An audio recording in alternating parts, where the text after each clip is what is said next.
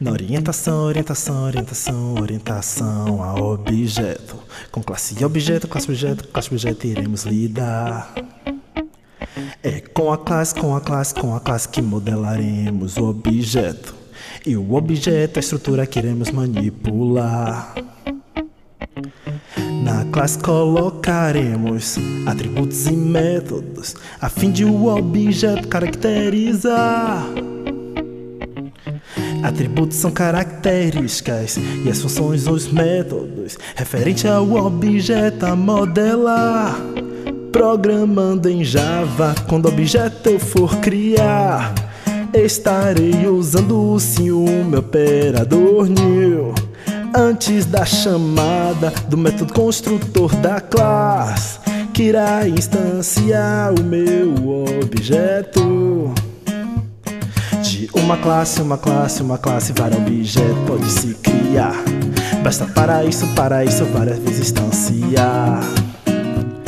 E de outra classe podemos tudo herdar. Basta para isso é que extendes usar.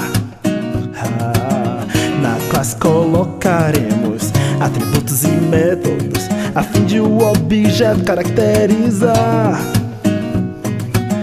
Atributos são características e as funções os métodos referente ao objeto a modelar.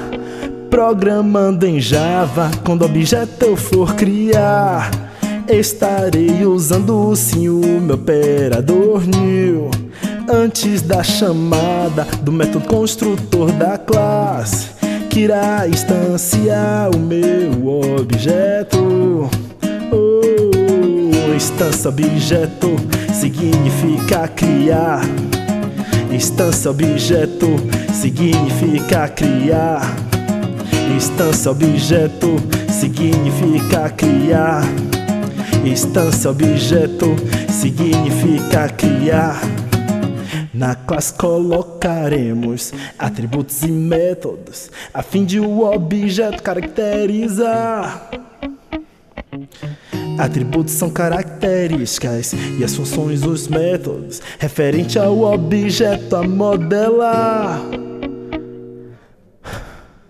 Programando em Java, quando o objeto eu for criar, estarei usando sim o meu operador new antes da chamada do método construtor da classe, que irá instanciar o meu objeto. Instância objeto significa criar. Instância objeto significa criar. Instância objeto significa criar. Instância objeto significa criar.